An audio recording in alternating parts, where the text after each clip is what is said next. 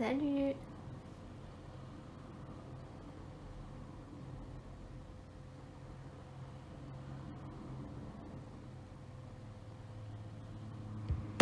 Je vais attendre encore une petite minute avant de commencer.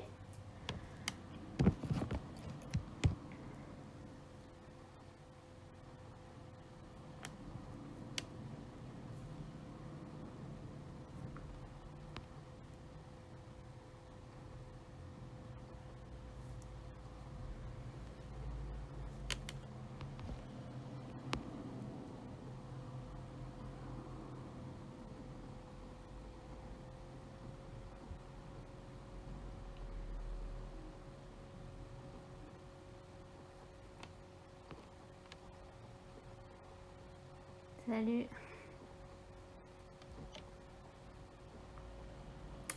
Alors aujourd'hui, je fais un live sur les médecines douces où je vais présenter les médecines douces que je connais, en tout cas. Donc comment ça marche, leurs principes et tout ça.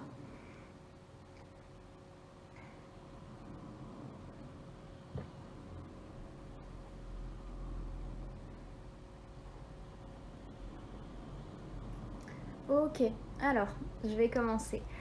Les médecines douces, du coup, c'est des médecines alternatives à la médecine classique qu'on connaît. Je prétends pas toutes les connaître, hein. Je vais seulement vous présenter celles que je connais, celles qui sont le plus connues. Donc voilà, on peut les classer du coup en plusieurs catégories. Il y a tout ce qui est techniques de relaxation, les techniques kinésiologiques, c'est ça, les techniques manuelles et les techniques réflexes et énergétiques. Il y a aussi la naturopathie et l'iridologie qui se classent, qui ont leur propre domaine, on va dire, leurs propres caractéristiques. Voilà, donc en technique de relaxation, on a tout ce qui est la sophrologie, la visualisation positive, la relaxation douce, que je vous détaillerai plus tard. En technique kinésiologique, on a le yoga et là, par exemple la gymnastique douce. On a en technique manuelle tout ce qui est massage, ostéopathie, chiropraxie. Et en technique réflexe et énergétique, on a tout ce qui est réflexologie plantaire, palmaire, faciale, l'auriculothérapie, l'acupuncture et le douyin. Donc on va commencer par les techniques kinésiologiques. Donc dans les techniques kinésiologiques, il y a le yoga. Donc le yoga, c'est un art et une pratique qui existe depuis des millénaires, qui est né en Inde. Les caractéristiques du yoga, c'est d'explorer tous les pouvoirs du corps. Que ça soit au niveau de la respiration, des postures qu'on appelle asana en yoga. Voilà, et c'est d'explorer toutes ces caractéristiques qui vont avoir un effet sur la santé. Donc le yoga en sanskrit, ça signifie union. Donc sanskrit, c'est la langue dans laquelle on nomme toutes les postures en yoga, les asanas. Tous les asanas sont nommés en sanskrit. Et du coup, le yoga signifie union en sanskrit. C'est un moyen du coup de mettre en relation le corps et l'esprit, de faire l'union des deux. Je ne sais pas si vous avez vu mon live sur les chakras où on parle des chakras du bas qui sont plus en relation avec la terre, le corps, et les chakras du dessus qui sont plus en relation avec le céleste, le divin, donc, et l'esprit. Voilà. Donc ça va utiliser tout ce qui est technique de respiration ventrale, d'étirement des muscles, de concentration, de méditation, voilà, pour avoir un but qui est de détente du corps et de l'esprit. Donc il y a plein de bienfaits. Bien sûr, quand je dis étirement des muscles, attention, ça ne veut pas dire qu'il faut être souple pour faire le yoga, je le répète. On peut totalement commencer le yoga en étant très raide. J'étais très raide quand j'ai commencé le yoga et avec le temps, c'est là que la souplesse est venue. Donc voilà, étirement des muscles pour peut-être à la suite devenir plus souple. Il y a plein de bienfaits au yoga. Il y a la relaxation, euh, la concentration, la gestion du stress, une amélioration du sommeil. Je pensais d'ailleurs vous faire une petite vidéo peut-être sur YouTube ou un cours en live pour améliorer son sommeil en faisant un cours spécial pour ça si vous voulez. Du coup, comme je disais, on peut gagner en souplesse aussi, renforcer tout ce qui est la colonne vertébrale. Il y a beaucoup de personnes qui commencent le yoga parce qu'elles ont des douleurs au dos. Il y a aussi tout ce qui est meilleure circulation énergétique, etc. Comme on a parlé avec les chakras. On peut, en pratiquant le yoga, rééquilibrer ses chakras et du coup aussi améliorer la circulation énergétique dans le corps. Voilà, donc ça c'était pour le yoga. Les gymnastiques douces. C'est des gymnastiques qui sont plus douces que des gymnastiques classiques où on va faire des grands écarts, ce genre de choses, parce qu'elles sont plus respectueuses de l'anatomie, des besoins du corps, et elles ont pour but de supprimer les tensions du corps et de l'esprit. Un peu comme le yoga finalement. Donc il y a des méthodes qui apportent de véritables bienfaits sur le corps et l'esprit, tout en étant dans la lenteur du mouvement, avec une respiration ample. Voilà. C'est un peu tout ce que je peux vous dire sur ce qui est, du coup des techniques kinésiologiques. J'ai du mal avec ce mot. Voilà, ensuite on va passer aux techniques réflexes et énergétiques. Donc il y a une technique qui est très connue, c'est l'acupuncture. Donc l'acupuncture, c'est l'une des 5 branches de la médecine traditionnelle chinoise, qui existe aussi comme le yoga depuis des millénaires. Donc les médecins chinois, ils ont découvert il y a longtemps, du coup il y a des millénaires, qu'il y a une énergie qui circule dans le corps. Donc tout dépend des croyances et des endroits. Mais en Chine, du coup, ils appellent ça le qi ou le qi, suivant comment vous voulez le prononcer. Et du coup, cette énergie, elle va circuler par des trajets précis dans le corps qu'on appelle des méridiens. Du coup, ce qui va dépendre de notre état de santé, c'est comme les chakras en yoga, c'est-à-dire que quand un organe il est trop actif ou au contraire qu'il est déficient, le ki il va plus circuler de la même manière, il va plus circuler normalement et il va entraîner des troubles corporels ou des maladies, ce genre de choses. Donc l'acupuncture, elle s'appuie sur ce grand principe de la médecine chinoise et de la médecine asiatique. Et du coup, grâce à des fines aiguilles qui vont être piquées sur des points précis du corps, qui vont être situés sur justement le trajet des méridiens où circule le qi, elle va permettre de rétablir une bonne circulation et un équilibre physiologique. Mais elle peut aussi être utilisée en prévention, en prévention de certains troubles, de certaines maladies, etc. Donc l'acupuncture du coup va traiter des troubles physiques et physiologiques et elle est très efficace aussi sur les troubles psychiques et émotionnels.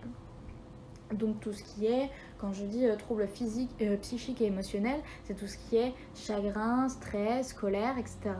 Il y a vraiment des points qu'on va pouvoir piquer avec des aiguilles pour les atténuer et même les retirer totalement.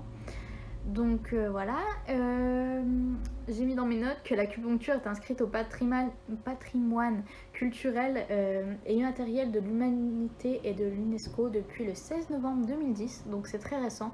Il faut savoir que toutes les médecines douces en général sont reconnues depuis très peu de temps, depuis à peu près les années 2000, pas avant. C'est vraiment très récent et ça se fait petit à petit. Voilà, donc ensuite on a la réflexologie plantaire. Donc je vais vous parler de la plantaire, mais la palmaire et la faciale, c'est le même principe en fait. C'est juste que plantaire c'est sur les pieds, palmaire sur les mains, faciale sur le visage évidemment. Donc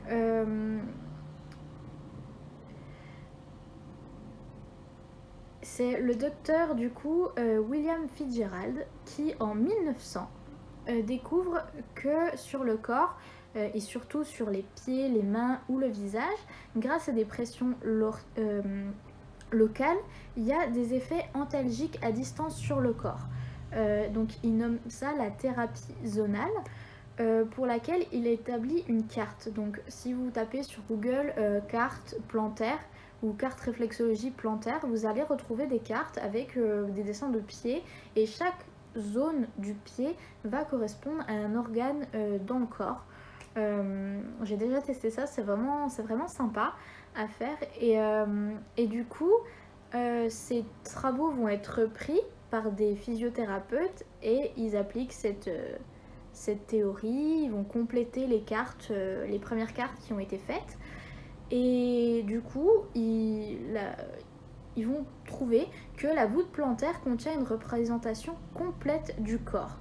Donc chaque terminaison nerveuse correspond à un organe, donc chaque zone correspond à un organe, une glande ou une partie du corps.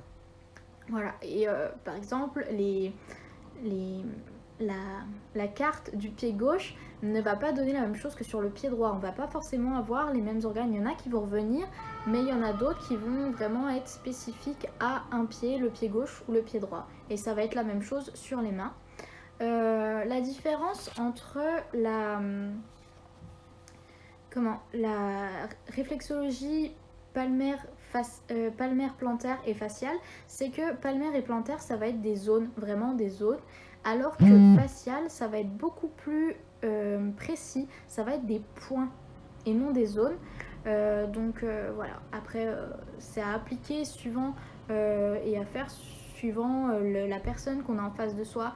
Donc il y en a qui vont préférer, le classique c'est la plantaire, pardon, mais il y a des gens qui vont détester qu'on leur touche les pieds, donc ils vont préférer qu'on leur touche les mains, donc ça va être une réflexologie palmaire, et il y en a qui vont même pas aimer un contact avec les mains, ou voilà. Et il y a aussi des contre-indications au niveau des pieds, par exemple si la personne a beaucoup de varices ou ce genre de choses, vaut mieux préférer une réflexologie palmaire ou faciale. Voilà, après ça c'est suivant les cas.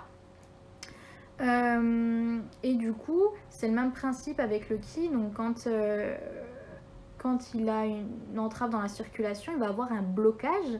Et du coup, en stimulant la zone ou le point concerné avec les doigts, c'est là qu'on va avoir on va entraîner un influx nerveux jusqu'à la moelle épinière, qui va se transmettre ensuite par voie réflexe jusqu'à l'organe déficient.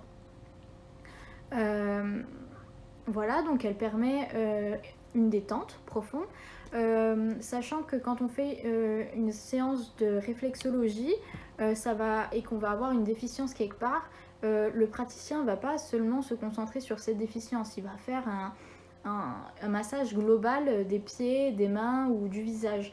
Donc ça va vraiment, ça reste aussi un massage. Du coup, ça va entraîner une détente profonde, ça va permettre de rééquilibrer, de redynamiser et d'améliorer les différentes fonctions du corps. Voilà, dans le même principe, du coup, on a l'auriculothérapie qui permet de soulager divers troubles de santé sur le même principe, sauf que cette fois-ci, c'est au niveau des oreilles. Donc, on considère que l'oreille est une représentation miroir du corps, d'où sa comparaison avec un fœtus inversé. Voilà, l'oreille je ne sais pas si vous arrivez à vous imaginer, mais l'oreille ressemble à un fœtus inversé. Voilà. C'est le docteur Nogier qui l'a découvert dans les années 50. Donc pareil, en médecine chinoise. Elle est utilisée beaucoup plus rarement quand même que la réflexologie plantaire, palmaire et faciale. Voilà. Elle est surtout utilisée pour soigner les problèmes qui sont liés aux yeux, à la gorge et au nez. Parce qu'on dit souvent que les yeux, le nez et la gorge et la bouche sont tous reliés entre eux. Donc c'est pour ça surtout qu'on l'utilise. Et du coup, là, ça va pas vraiment être des massages parce que c'est une zone qui est un peu trop petite pour masser. Du coup, on va préférer, c'est un mélange en fait de réflexologie et d'acupuncture, puisqu'on va y planter des aiguilles ou même des aimants parfois sur des zones précises de l'oreille qui est l'oreille qui est très riche en terminaisons nerveuses et pour soulager le corps dans le même principe. Elle a d'ailleurs fait l'objet de travaux de recherche et elle est reconnue par l'OMS depuis peu également. Voilà. Ensuite, on a le Douyin. Donc le Douyin, encore une fois, c'est basé sur le Qi. Donc c'est une technique d'automassage sur les méridiens, les points d'acupuncture. On est toujours dans le même principe, médecine chinoise, acupuncture, méridien et le Qi. Voilà. C'est dans le sens général, c'est la voie de l'énergie, du mouvement pour se connaître de l'intérieur. C'est ça que ça veut dire Douyin.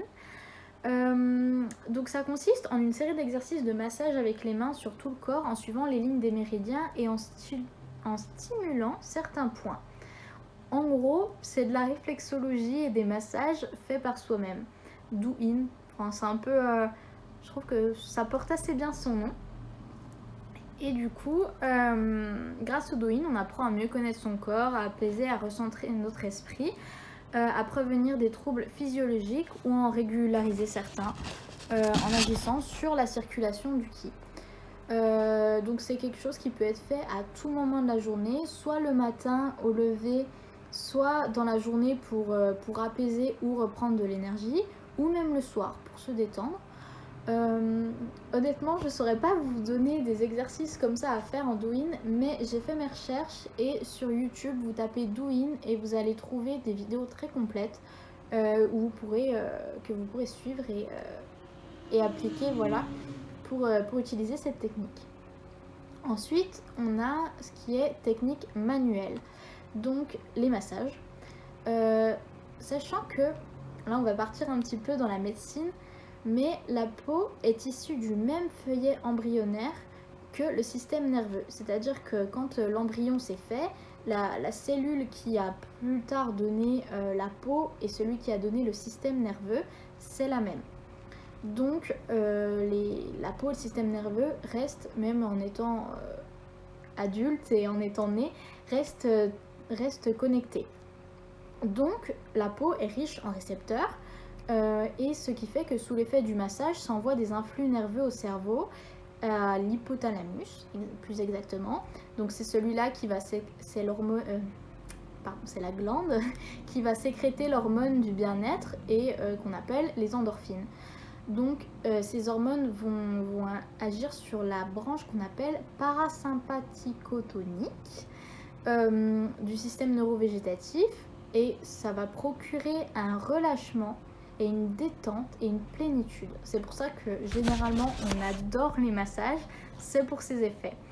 Donc les massages, ils peuvent également permettre une meilleure circulation sanguine et lymphatique. D'ailleurs j'ai vu il n'y a pas si longtemps que j'ai découvert des massages justement qui faisaient...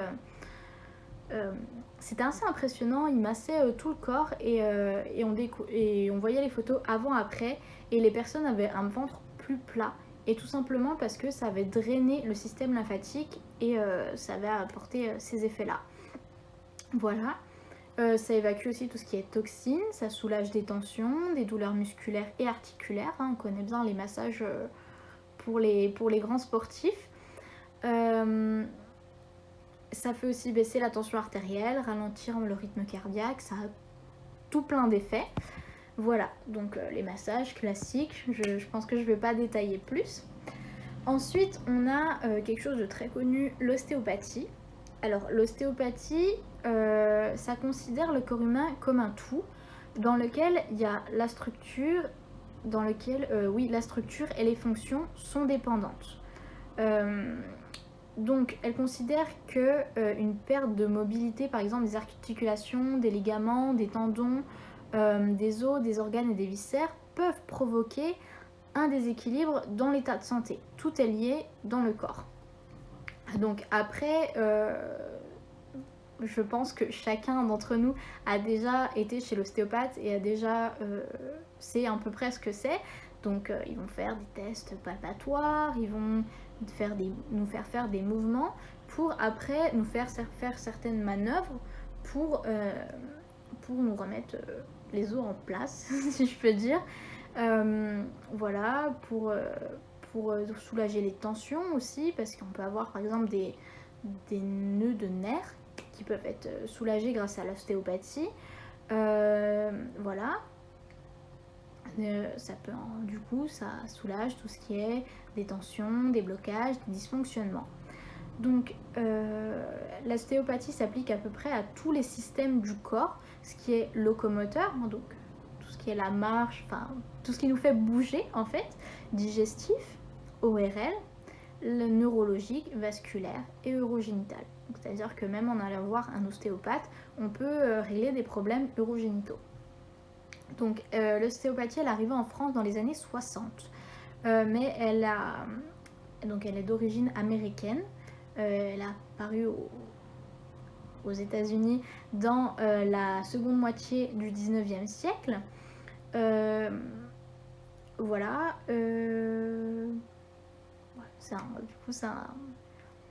C'est un chirurgien américain qui a découvert cette technique. Ensuite, on va arriver dans ce qui est chiropraxie ou chiropractie. Donc les deux se disent. Donc cette technique, elle ressemble un peu à l'ostéopathie. Elle consiste à exercer des manipulations au niveau des cervicales, dorsales et lombaires. Donc c'est un peu comme l'ostéopathie, sauf que c'est plus concentré sur un point, ce qui est cervical, dorsal et lombaire. C'est pour ajuster les vertèbres et rétablir un équilibre physiologique. Donc en 1895, c'est un Américain qui est jusqu'alors guérisseur. Il permet de retrouver l'ouïe d'un homme à un homme sourd en replaçant tout simplement ses vertèbres. C'est de là que ça vient. Donc après, du coup, en réalisant ce miracle, il va faire des recherches plus approfondies, il va affiner sa technique et il va créer du coup la première école de chiropraxie. Et ce monsieur s'appelle du coup Daniel David Palmer. Voilà. Chiropraxie, le mot chiro, ça vient du grec ker qui signifie la main. Donc tout ce qui est manipulation avec les mains. Et la chiropraxie est reconnue en France, comme je vous disais depuis tout à l'heure, seulement depuis 2001. Donc voilà, les médecines douces n'ont pas vraiment été reconnues avant les années 2000. Et pour la chiropraxie, c'est 2001. Voilà. Ensuite, une autre catégorie de médecine douce, c'est les techniques de relaxation. Donc on va commencer par la sophrologie. La sophrologie, c'est une méthode scientifique. La sophrologie, elle utilise des connaissances modernes en neurophysiologie. Donc la neurophysiologie, c'est l'étude des fonctions du système nerveux. Donc elle vise à retrouver l'équilibre entre les émotions, les cognitions, les pensées, les croyances, etc. Bref, en gros, tout ce qui est dans la tête. Et pour que elle vise à retrouver cet équilibre pour que le corps et l'esprit soient en totale harmonie.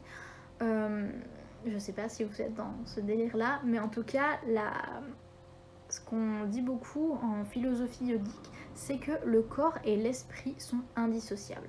Et en sophrologie, c'est une des règles aussi en sophrologie. Et du coup, pour rétablir cet équilibre, on fait entrer la personne dans un état de profonde relaxation associé à un état de conscience. C'est-à-dire qu'on n'est pas en relaxation où on se laisse totalement aller. On est vraiment conscient de notre état. Donc voilà, c'est un état entre la veille et le sommeil. Donc du coup, le sophrologue, ce qu'il va faire, c'est qu'il va guider par une voix douce et monocorde la personne dans son cheminement et dans sa séance. Il va faire travailler la personne dans des exercices de respiration, de concentration, sur une image mentale. Il va lui faire imaginer des choses. Il va lui faire aussi s'imaginer des messages positifs pour tout ce qui est par exemple renforcement d'une qualité ou pour faire gagner à la personne une confiance en soi. Et aussi, il peut amener à ce qu'on appelle la futurisation, c'est-à-dire à s'imaginer quelque chose. Par exemple, une personne qui va passer un examen, qui stresse totalement pour son examen, il va lui faire s'imaginer qu'il est à son examen, que l'examen va bien se passer, et ce genre de choses. Voilà. Donc la sophrologie, elle a été fondée dans les années 60 par un neuropsychiatre colombien qui s'appelle Alfonso Saixedo, qui s'inspire du coup des courants qu'on a vus déjà en Occident, tout ce qui est hypnose, ce genre de choses, et à des courants de pensée plus orientaux comme le yoga, la méditation. Voilà, donc il a fait un peu un mix de tout ça, et de tout ça est née la sophrologie. Donc voilà, c'est ce que je vous disais tout à l'heure et que je vous ai amené au yoga. C'est vraiment lié parce qu'il y a un peu de cette de ce courant de pensée en fait. Voilà. Ensuite, il y a ce qu'on appelle la visualisation positive. La visualisation positive, c'est très dur à dire déjà, mais la visualisation positive, qu'est-ce que c'est? C'est une méthode qui a pour but de développer les compétences du corps et à contrarier l'évolution d'une maladie ou d'un mal-être. Donc, je ne sais pas si vous avez déjà entendu, mais on dit le bien attire le bien, le mal attire le mal. Quand on dit toujours reste positif, pense positif, parce que en pensant positif, on attire le positif, et en pensant toujours négatif, ça va mal se passer, ce genre de choses, ça va attirer le négatif. Et du coup, la visualisation positive, ça va totalement reposer sur ce principe-là. Donc ça va utiliser le pouvoir de penser, et ça va dire que toute émotion va modifier la chimie du corps. Donc ça va pas seulement agir sur ça attire le positif, ça attire le négatif, mais ça va vraiment changer ce qu'on a dans le corps. Et du coup, le principe considère donc qu'on peut inverser les problèmes. Si les choses négatives ont tendance à nous rendre déprimés, irritables, les pensées positives peuvent nous remonter le moral. Donc pour cela, ils utilisent ce qu'on appelle un système d'image intérieure. Et du coup, ça va provoquer des modifications favorables dans le cerveau. Donc c'est aussi également utilisé soit simplement pour régler certains problèmes comme qu'est-ce que je pourrais vous donner comme exemple. Par exemple, si j'ai été témoin d'une scène qui m'a stressée, la visualisation d'une image apaisante, comme je sais pas, une forêt, un champ, quelque chose généralement de naturel, d'apaisant, ça va apaiser ce stress. Voilà. Mais c'est une méthode qui va aussi être utilisée dans le cadre de maladies physiologiques pour guérir, on dit, grâce au cerveau. Donc, voilà. Donc, pour guérir grâce au cerveau, en fait, c'est si, par exemple, on a tendance à avoir une maladie et qu'on se dit qu'on va pas guérir, la maladie ne va pas aller mieux. Et si on se dit non, mais ça va aller, je vais m'en sortir, je vais guérir, là, ça va faire des modifications dans le cerveau et dans le corps qui vont faire qu'on va guérir. Voilà. Ensuite, pardon, je parle beaucoup. Il y a ce qu'on appelle la relaxation douce. Donc la relaxation, elle permet de faire le vide mental, d'accéder au lâcher-prise, à un profond relâchement conscient en maîtrisant le tonus musculaire. Quand on se vraiment on fait, je ne sais pas si vous avez déjà fait des séances de relaxation en yoga, à la fin de la séance, vraiment on cherche à avoir une détente et une relaxation musculaire. Voilà, ça permet de reprendre conscience de son corps, de ses sensations et de tout ça. Donc la première méthode, elle est très simple, elle consiste à pratiquer des respirations ventrales. Je vous ai déjà fait ça en yoga, la respiration yogique, on respire de manière consciente. Voilà. Donc ça a des effets, sur le corps, sur l'esprit, parce que au quotidien, on est très stressé.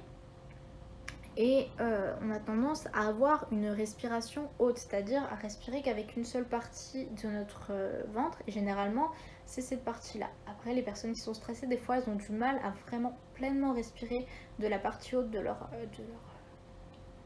thorax, et même la partie haute n'est pas vraiment développée.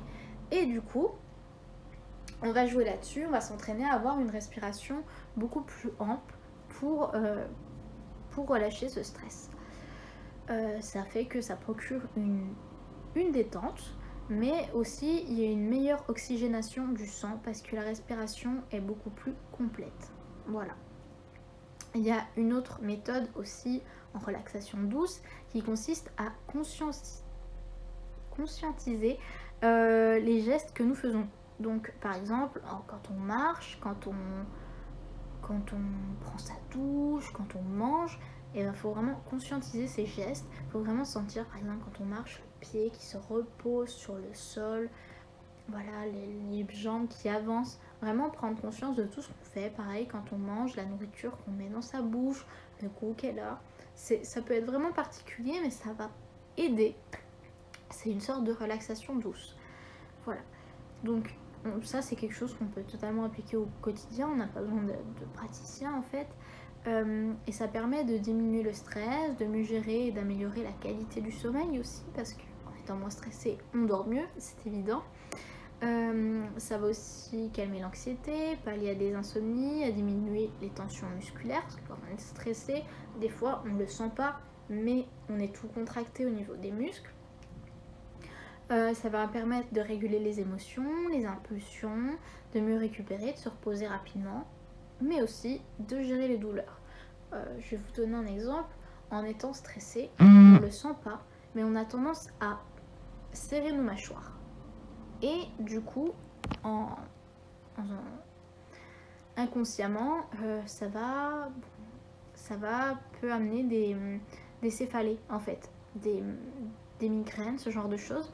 Et on va avoir des migraines parce qu'on est stressé et on va pas forcément s'en rendre compte, on va pas savoir d'où vient le mal et voilà. Et du coup, ça va pouvoir gérer ce genre de choses. Et pareil, dans tout le corps, on peut être stressé et contracter les muscles, ça va nous provoquer des douleurs à la longue. Voilà. C'est une technique, la relaxation douce, qui est utilisée dans le milieu médical, surtout pour les préparations aux accouchements. Voilà. Mais après, ça peut être utilisé aussi pour soulager les douleurs un peu de toute origine. C'est très utilisé pour les préparations à l'accouchement. Pareil, quand on a le stress, on a vraiment... Le stress de l'accouchement, on est vraiment toute contractée. Et du coup, ça va permettre de relâcher. Voilà. Ensuite, on va passer à un autre sujet qui est l'iridologie. Et personnellement, j'ai découvert ça, j'adore. J'adore ce sujet. En fait, il s'agit de l'observation de l'iris, dans lequel est représenté l'ensemble du corps humain. Un peu comme les cartes que je vous ai parlé tout à l'heure en réflexologie plantaire ou palmaire, ou même faciale. Donc ça permet d'évaluer le terrain et la vitalité d'un organisme. On peut voir tout ça dans les yeux. Et ça permet aussi de déceler les points faibles, les capacités de résistance, les prédispositions génétiques, etc. Donc l'examen de l'iris va se faire avec une loupe posée sur l'œil. L'œil doit être suffisamment éclairé évidemment pour pouvoir voir tout ce qu'on a à y voir. Et il va se faire avec un appareil spécifique qu'on appelle un iridoscope. Donc elle fonctionne du coup, l'iridologie, sur le fait que l'iris est en relation avec le système nerveux cérébro-spinal. Là je sors des termes un petit peu médicaux, mais c'est le système nerveux qui est relié au cerveau. Donc parce que pour voir, l'œil a besoin de plein de fibres nerveuses du cerveau. D'ailleurs, je ne sais pas si vous savez, mais il y a des personnes qui sont aveugles et qui ont des yeux qui marchent très bien. Leur organe oculaire marche très bien, mais ils ne voient pas parce que toutes justement ces terminaisons au cerveau sont abîmées. Donc voilà, c'est des terminaisons qui sont très importantes pour la vue.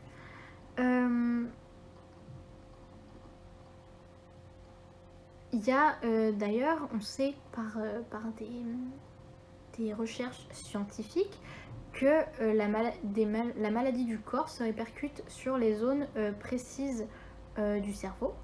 Et l'iris et le cerveau étant en relation directe, ce qui affecte le corps affecte le cerveau et ensuite affecte l'iris. C'est pour ça qu'on voit tout dans les yeux. C'est à la fin du 19e siècle qu'un médecin hongrois qui s'appelle le docteur Ignaz, je ne sais pas si je le prononce bien, Ignaz von Pexeli, voilà, encore pire, qui découvre l'iridologie et il met au point, comme pour la réflexologie plantaire, palmaire et faciale, une cartographie où il fait le parallèle entre l'œil et le corps. D'ailleurs, voilà, j'ai une carte avec, voilà, je pense que vous pouvez regarder ça. Tapez cartographie, iridologie ou iris sur Google, vous allez sûrement la trouver et en meilleur état que la mienne. Voilà. Et du coup, d'ailleurs, Hippocrate disait « tels sont les yeux, tel est le corps ». Donc même Hippocrate avait compris bien avant que l'iris et le corps sont en relation. Donc l'origine de la découverte de l'iridologie du docteur Ignaz découvre à son enfance, et c'est une histoire que j'adore parce que j'adore. Il y a un petit peu de violence, mais à l'âge de 11 ans, il est attaqué par une chouette qui est apeurée parce qu'elle est aveuglée par la lumière du jour. Voilà, donc en se défendant, involontairement, il va lui casser une patte. Et ayant pris l'oiseau pour le calmer dans ses bras, il va observer l'apparition d'un trait clair dans l'iris de l'un de ses deux yeux. Et il se trouve que cet iris se trouve du même côté que le côté de la patte cassée. En fait, admettons que si c'est la patte gauche qui est cassée, ça va être l'iris de l'œil gauche qui va apparaître, où va apparaître ce trait clair.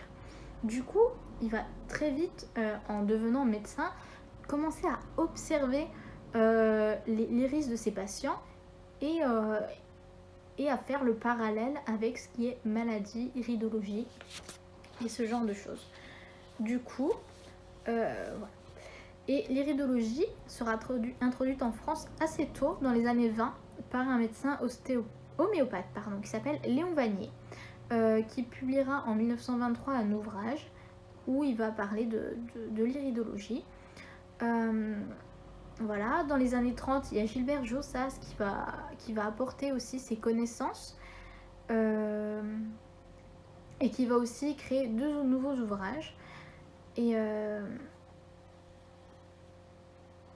Et la première école du coup d'iridologie en France va être créée dans les années 50 par le docteur Gaston Verdier.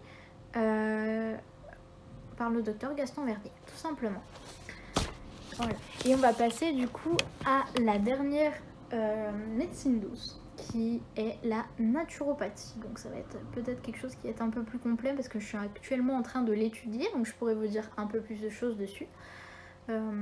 Voilà, donc la naturopathie, la définition du Larousse médical dit « La naturopathie est un ensemble des pratiques visant à aider l'organisme à guérir de lui-même par des moyens exclusivement naturels. La naturopathie repose sur une théorie selon laquelle la force vitale peut permettre de guérir spontanément. Elle consiste à renforcer les réactions de défense de l'organisme par diverses mesures d'hygiène, diététique, jeûne, musculation, relaxation, massage, thermalisme, thalassothérapie, etc., aidée par les seuls agents naturels, plantes, eau, soleil, air pur, etc. » Donc en gros, la naturopathie, c'est renforcer son système immunitaire et afin de vaincre et de prévenir les maladies tout en utilisant que des méthodes naturelles. Voilà. Donc ça vient aussi, la naturopathie, c'est très vieux, ça date des millénaires. Et c'est Hippocrate qui est le père aussi de la médecine occidentale, mais du coup aussi de la naturopathie, qui a guidé, qui a découvert ça il y a très longtemps et qui disait une phrase très connue qui s'appelle Vis medicatrice naturae, c'est-à-dire seule la nature guérit. Voilà, donc Hippocrate l'avait déjà compris il y a très longtemps. Donc le mot naturopathie, ça vient de naturae et pathos. Donc ça veut dire l'état d'être étudié en fonction de la nature. Pathos qui aussi a donné plus tard le mot pathologie, les maladies. Donc le principe général, c'est que la naturopathie, c'est une pédagogie de santé qui admet 3 critères. Le critère éducatif, donc les lois de la santé, le critère préventif, donc tout ce qui est le programme d'hygiène vitale afin de prévenir des maladies, et curatif, les cures naturopathiques une fois que la maladie est là, afin de pouvoir guérir cette maladie. Alors, son but, c'est d'optimiser l'état de santé global d'un individu en soutenant les fonctions de réaction de l'organisme, en stimulant sa force vitale et en favorisant l'élimination de toxines dans le corps par la nature et par tous les moyens naturels qui sont à disposition. Donc, la philosophie de la naturopathie, elle repose sur 5 grands principes. Il y a le vitalisme, c'est tout ce qui est la connaissance, le respect des énergies vitales. Voilà, si vous voulez, je pourrais vous faire un autre live sur les doshas pour vous expliquer ça. Il y a le causalisme, c'est-à-dire qu'on recherche des causes de la perte de la santé. Donc, si vous voulez, en médecine classique, on va chercher à soigner la douleur et soigner le mal, mais pas à rechercher à vraiment soigner la cause. Donc c'est-à-dire que le mal va être soigné, il peut être soigné momentanément, il peut revenir plus tard puisque la cause n'a pas été soignée.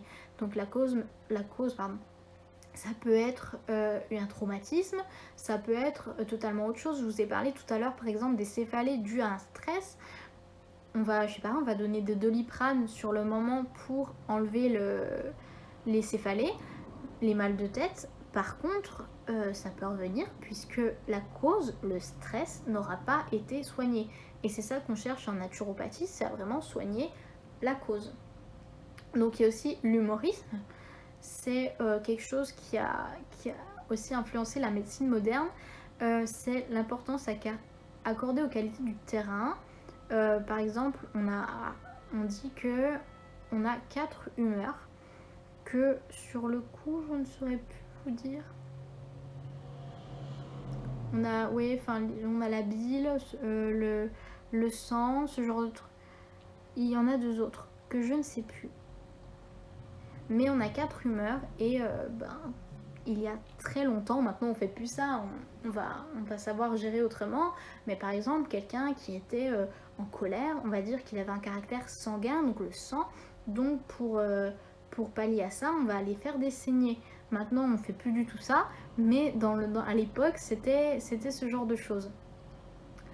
Voilà, donc il y a aussi un 4e principe, ce qui est l'hygiénisme, ou on appelle aussi le naturisme.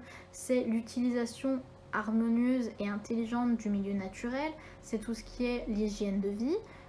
En ayant une bonne hygiène de vie, c'est là où on va renforcer ses défenses immunitaires et du coup repousser les maladies.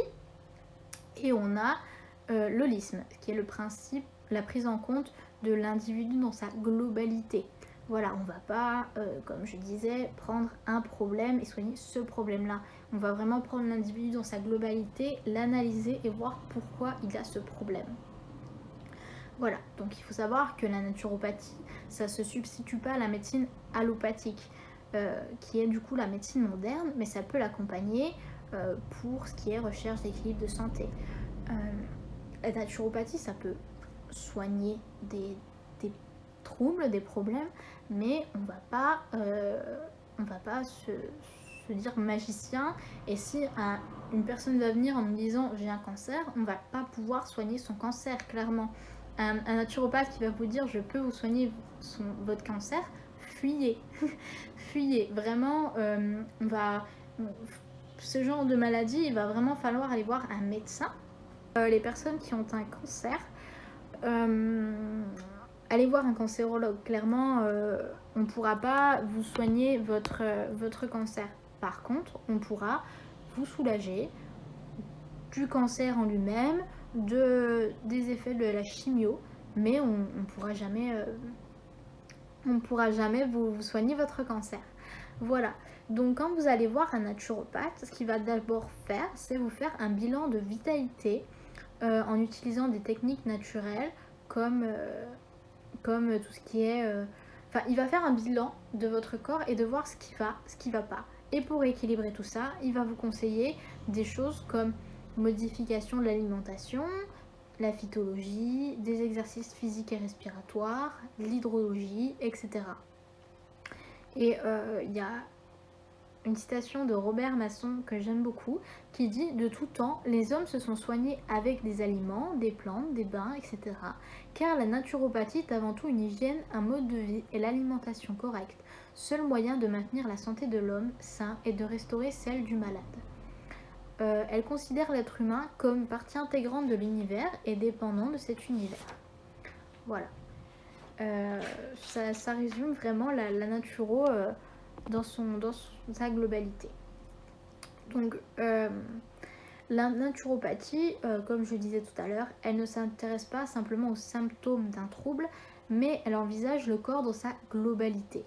Donc, ce qui est physique, psychologique et physiologique. Voilà, comme un tout, avant d'évaluer. Du coup, ce tout devant être évalué dans son ensemble. Et pas seulement le problème pour lequel la personne vient consulter un naturopathe. Par exemple, si, comme je disais, une personne présente des céphalées récurrentes, il est important d'en chercher la cause.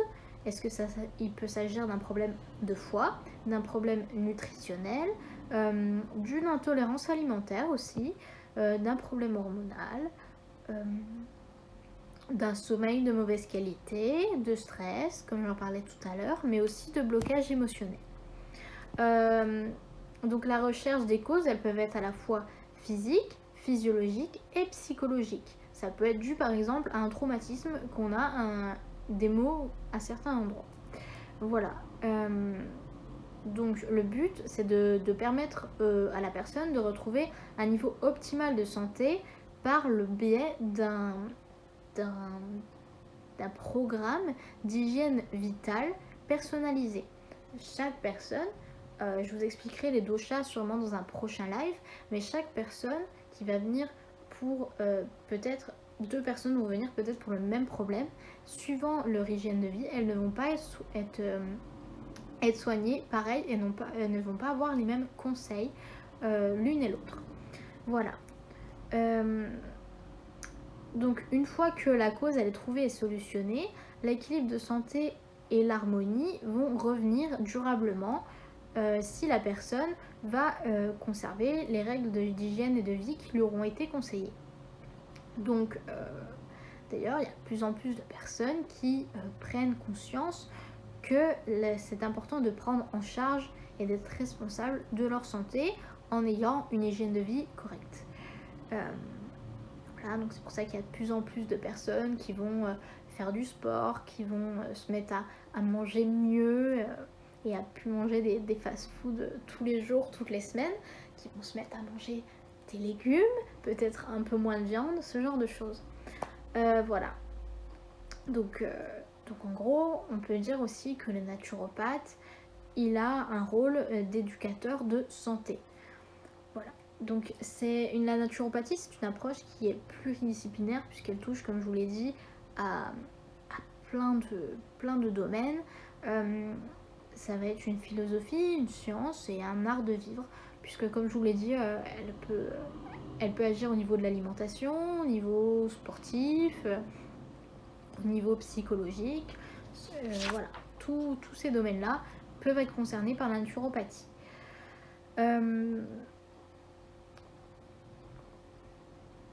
Donc voilà, c'était un peu tout ce que je voulais vous dire au niveau des médecines douces.